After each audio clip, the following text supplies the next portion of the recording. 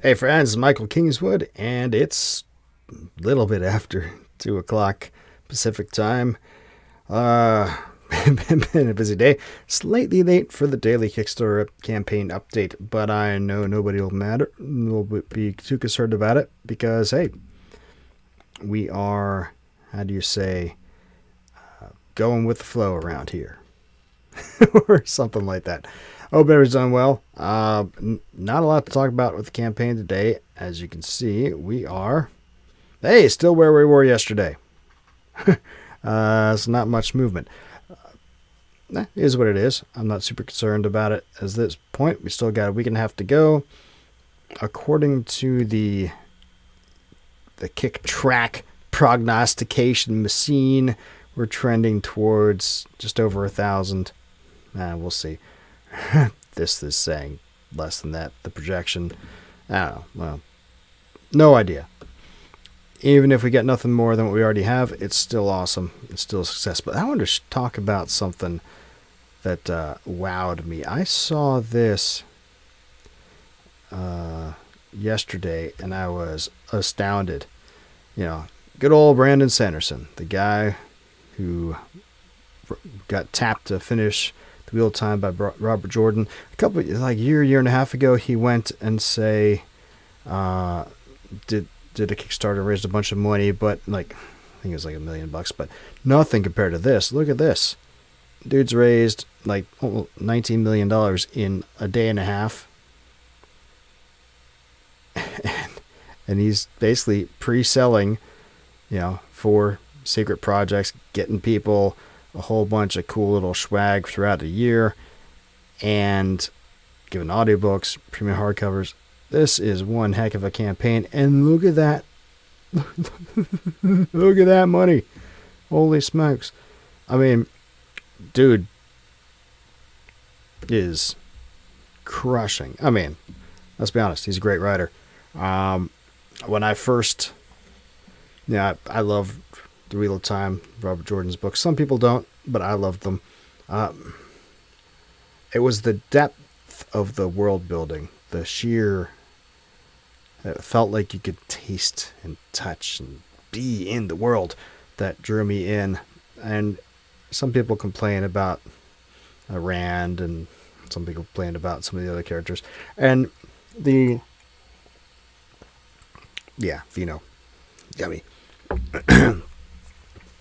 And the world as presented is a little bit off kilter from what we're used to.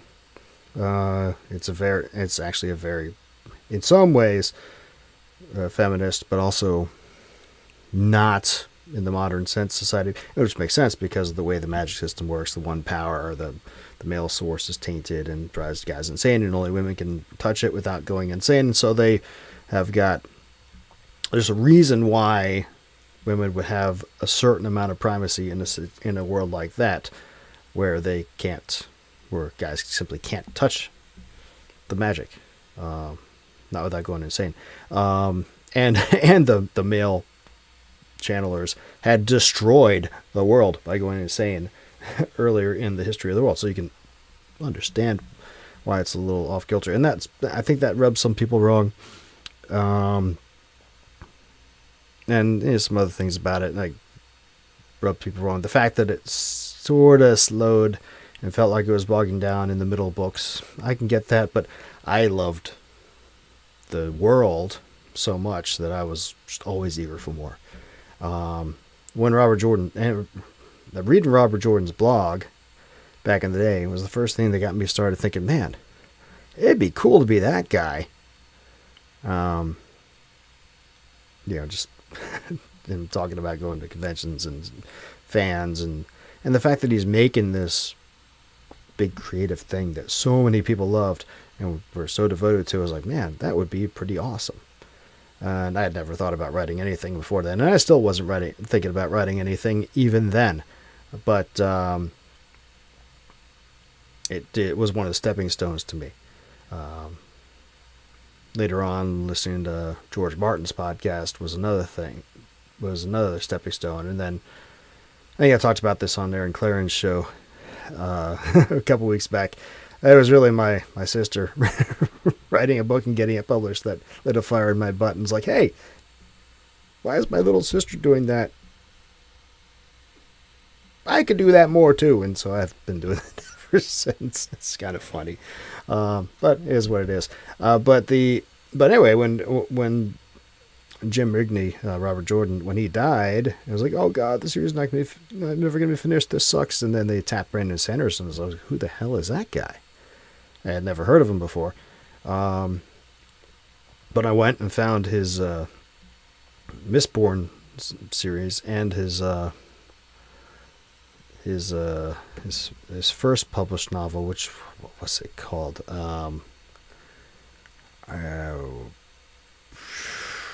It's been a long time since I read it. Was it Elantris? Is that the one with the magic system done by ruins as in Ruins, the writing, and there was an earthquake that screwed up the symmetry of the city, and so the magic system got screwed up, and everybody who could be capable of using it got this weird wasting sort of undead disease, and they got cast out into the slums. I think that was Elantris. Anyway, I read that, and then I read the Mistborn series, and I was like, man, this guy's pretty good. And so when he finished up Robert Jordan's books, he got Matt Cawthon wrong, at least in the first one. He was a little tone deaf with Matt, but he did a great job of efficiently finishing the series that maybe Robert Jordan would not have been so efficient about it, but did a great job with it. And I was like, man, I like this guy a lot. And so I've been, I was fortunate enough when he was doing his signing tour for the Memory of Light. They did this thing where you could sign up and become a memory keeper and help him out. And I volunteered for that, and I was fortunate enough to get picked. So I was a memory keeper for him at his signing at Mysterious Galaxy Bookstore here in San Diego for that, and got to hang out with him a little bit. I mean, it's not saying that I know the guy, but hung out for a bit and helped him with the signing, and it was cool. It was a good time. So I've always kept tabs with him. I'm on his newsletter, and I have, to be honest, I've not read his Stormlight Archive stuff yet, just because they're so thick, and I got diverted into watching and reading other things. But I've bought them, and they're on my list of things to get around to. Which sounds horrible, but it is what it is. But I was like, man, I've always thought highly of him, and I've watched his lecture videos that he did from some of his students have videoed his lectures from where he teaches at the university there in Utah. And I've watched his lectures, and I'm like, man, get a lot of great insight from this guy. So I've always been following him and respected him as a writer and as a businessman, because even back in the day with his, when I also listened to his podcast that he did, Writing Excuses Guys, for a while. Because even way back in the day, 2007 or 8, he was talking about the business structure he was putting together, and so clearly he's on top of the business side. So I had a lot of respect for him in a lot of ways. So I've kept tabs, though I haven't been like a fanboy follower. So seeing him successfully do the Kickstarter like a year and a half ago, I was like, oh, good for you, man. And now this one, I'm totally blown away. I mean, totally deserving. He's been working his butt off for, since I've been aware of him for the last 17, 18 years. He's been working his butt off, putting out a lot of great content, and building up a huge following. And granted, he had some help from the boost of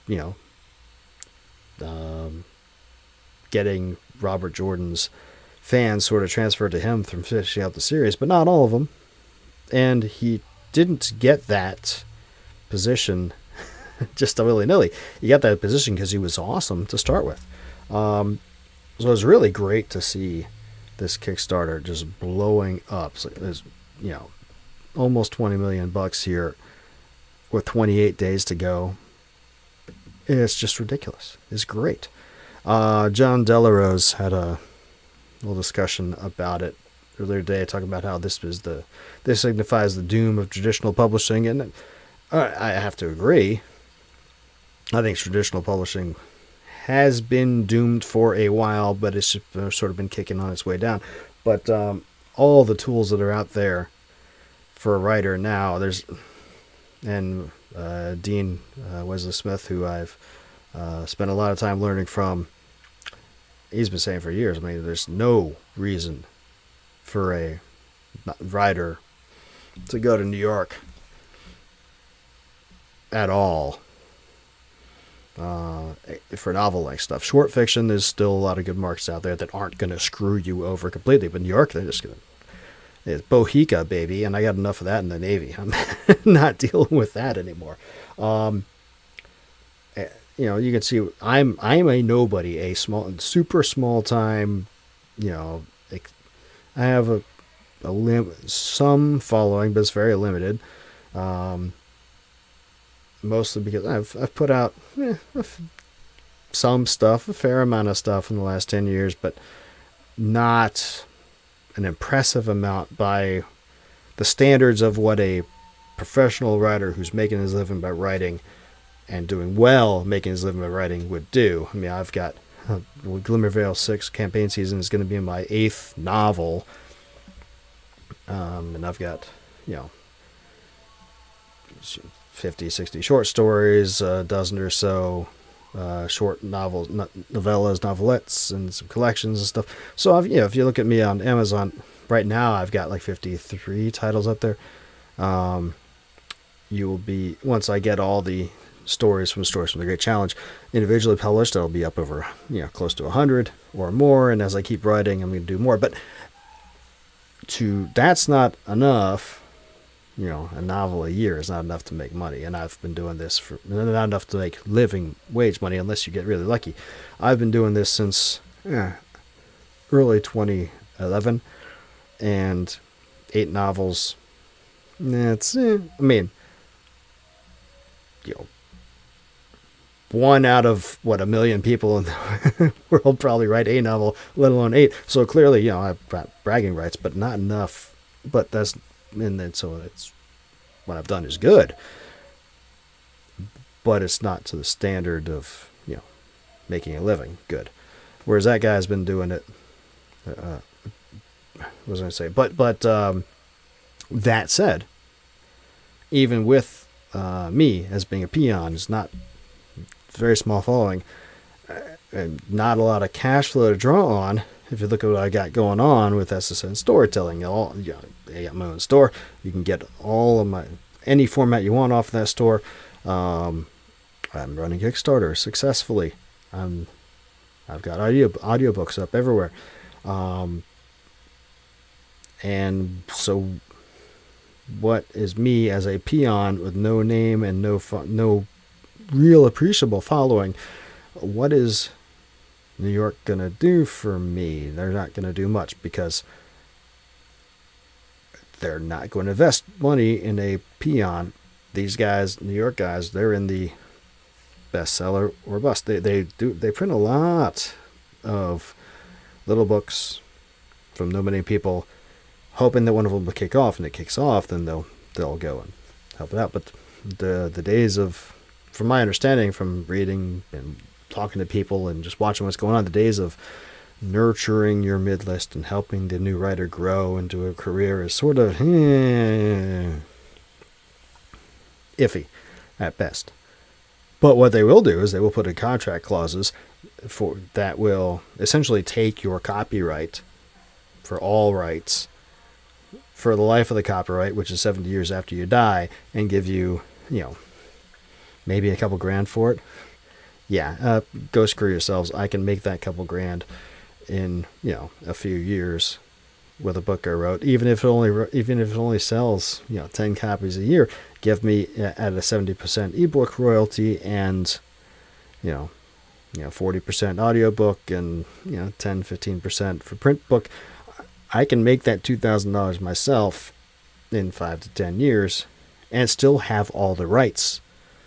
So if it does suddenly hit the right person and the right people and register and hit the right note that a bunch of people suddenly notice it, and it does blow up and take off, and all these people want to come and do plays and movies and all this other stuff, the big money stuff, the big money options, or even not, even if it just sells 1 million copies, that's all money going to me, not to some publisher in New York who published it, gave it a little bit of marketing for a couple weeks, and then forgot about it forever. But now they want to have rights to the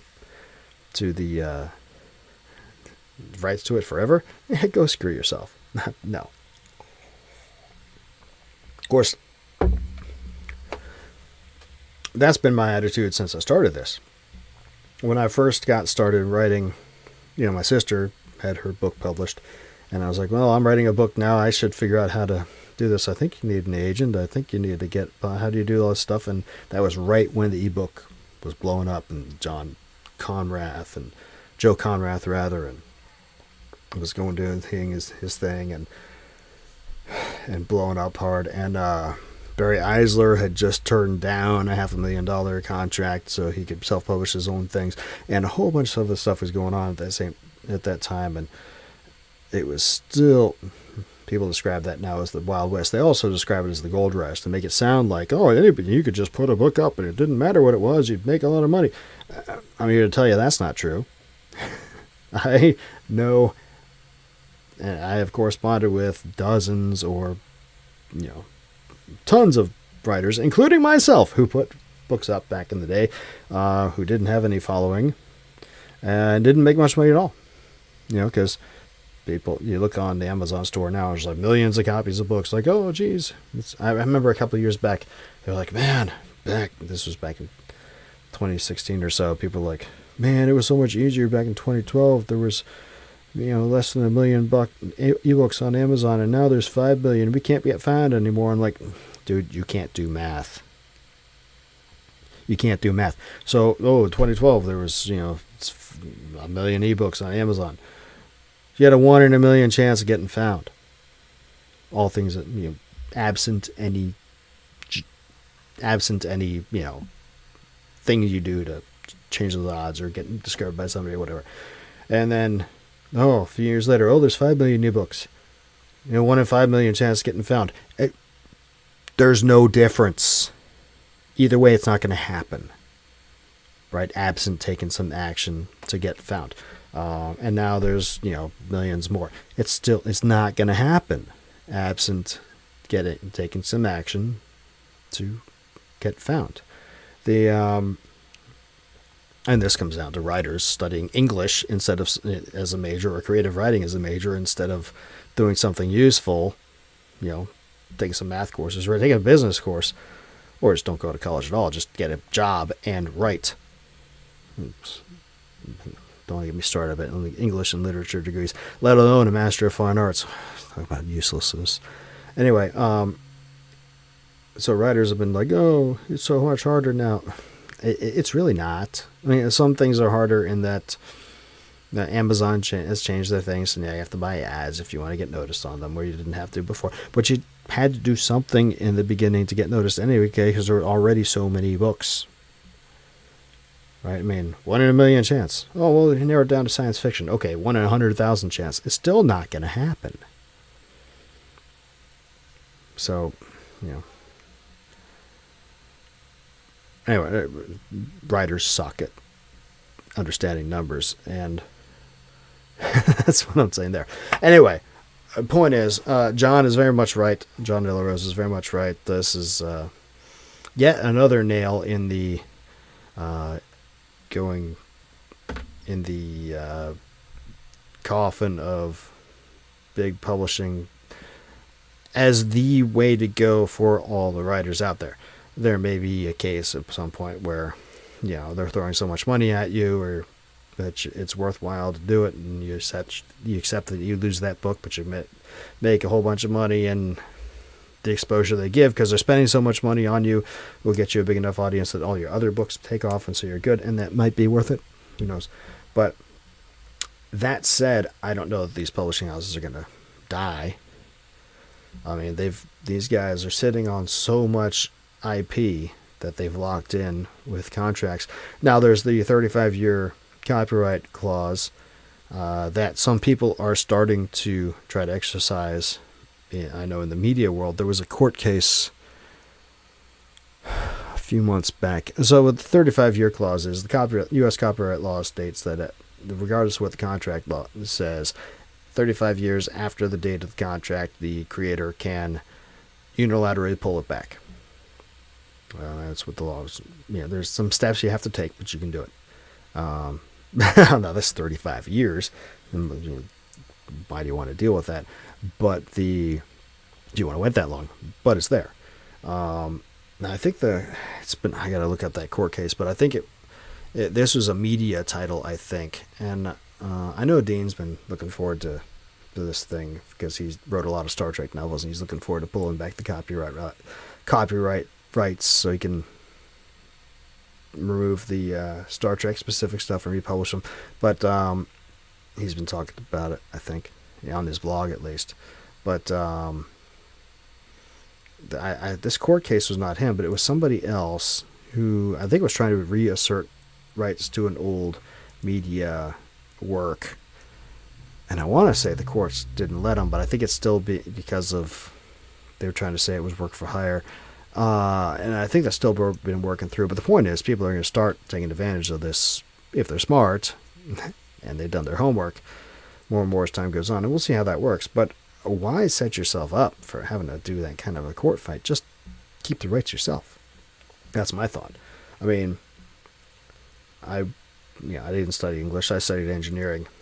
And then I was in the Navy. And I got an MBA from the Navy. So when I started this writing gig back in 2011, and I came across Conrath and Dean Smith and other guys who was like, man, holy cow, I don't have to deal with these douchebag big companies. I can just do it myself. Score, I'm there. And I never even considered going to New York. And I'm still not. So I've rambled a lot, but long story short, it's great to see the success that Brandon has been having here, or Mr. Sanderson, since I'm not his friend. But and I hope to see more people get more success, in particular myself. And we get back to the point of this this live stream. Hey, listen! I don't know if you can hear it. There's a Navy helicopter flying overhead. Over San Diego. What are you going to do?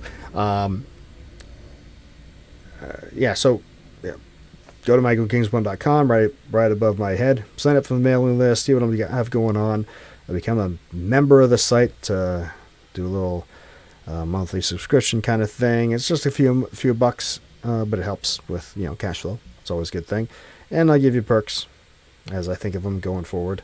And discounts at the web store. The campaign is over on Kickstarter. It's campaign season. Glimmervale Chronicles number 6. The shortened link is underneath my beard. And the full link is in the description of this stream. Thanks very much. Hope everybody's doing well. I will talk to you guys tomorrow. Same bat time, 2 p.m.